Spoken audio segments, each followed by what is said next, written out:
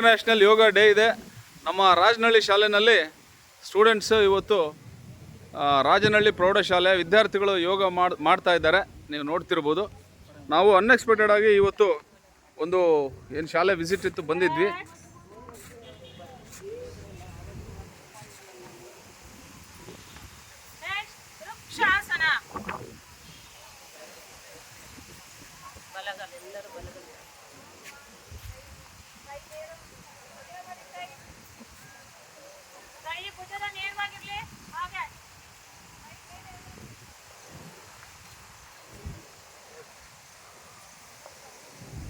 Okay, teachers ಕೂಡ ಇಲ್ಲಿ involve ಆಗಿದ್ದಾರೆ.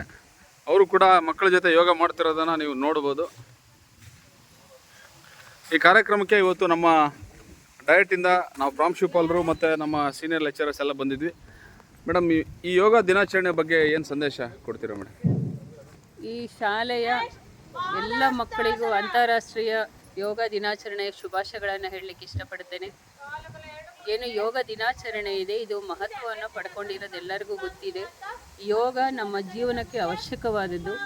ನಮ್ಮ ಒಂದು ದೇಹವನ್ನು ಸುಸ್ಥಿತಿಯಲ್ಲಿ ಇಟ್ಕೊಳ್ಬೇಕು, ಆರೋಗ್ಯವನ್ನು ಚೆನ್ನಾಗಿ ಇಟ್ಕೊಳ್ಬೇಕು ಅಂದರೆ ಯೋಗ ಬಹಳ ಪರಿಣಾಮಕಾರಿಯಾದಂತಹ ಸಾಧನ.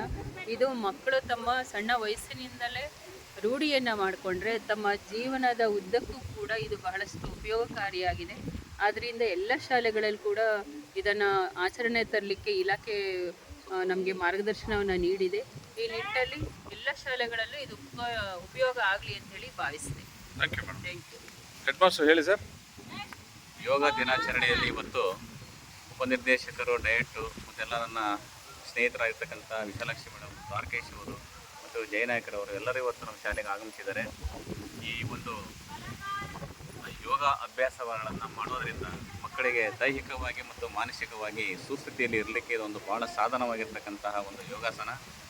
ಮಕ್ಕಳ ಒಂದು ಕಾನ್ಸಂಟ್ರೇಷನ್ ಆಗಲಿಕ್ಕೆ ಪ್ರಾಣಾಯಾಮ ಅಂತಕ್ಕಂಥದ್ದು ಬಹಳ ಪೂರಕವಾಗಿರ್ತಕ್ಕಂಥದ್ದು.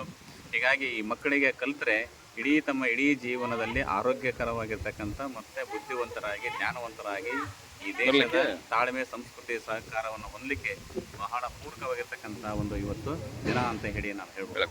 ವಿಶಾಲಾಕ್ಷಿ ಮೇಡಮ್ ಅವರು ಏನು ಸಂದೇಶ ಕೊಡ್ತೀರಿ ಯೋಗ ದಿನಾಚರಣೆಗೆ ಮೇಡಮ್? ಇದು ಇಡೀ ಜಗತ್ತೇ ನಮ್ಮ ಭಾರತದ ಕಡೆ ತಿರುಗಿ ನೋಡಿರುವಂಥ ಒಂದು ತುಂಬ ಮುಖ್ಯವಾದಂಥ ಕಾರ್ಯಕ್ರಮ ಈ ಯೋಗ ಕಾರ್ಯಕ್ರಮ. ಎಲ್ಲರೂ ಕೂಡ ಇಡೀ ಜಗತ್ತಿನಾದ್ಯಂತ ಅನೇಕ ದೇಶಗಳು ಈ ಒಂದು ಕಾರ್ಯಕ್ರಮವನ್ನು ಇವತ್ತು ಮಾಡ್ತಾ ಇದ್ದಾವೆ. ಜೊತೆಗೆ ಅವರು ಪ್ರತಿದಿನ ಇದನ್ನು ಅಳವಡಿಸ್ಕೊಂಡಿದ್ದಾರೆ ಅವ್ರವ್ರ ಜೀವನದಲ್ಲಿ. ಈಗ ತಂತ್ರಜ್ಞಾನದಿಂದ ಮಕ್ಕಳ ಏನು ಮೊಬೈಲ್ ಅಡಿಕ್ಷನ್ನು ಇವನ್ನೆಲ್ಲವನ್ನು ದೂರ ಮಾಡಬೇಕು ಅನ್ನೋದಾದರೆ ಮಕ್ಕಳಿಗೆ ಮಾನಸಿಕ ಸಮಸ್ಥಿತಿ ಇರುವಂಥದ್ದು ಭಾಳಷ್ಟು ಮುಖ್ಯ. ಹಾಗಾಗಿ ಓದಿನಲ್ಲಿ ಏನಾದರೂ ಸಾಧನೆ ಮಾಡೋದಕ್ಕೆ ಸಾಧ್ಯ ಆಗುತ್ತೆ.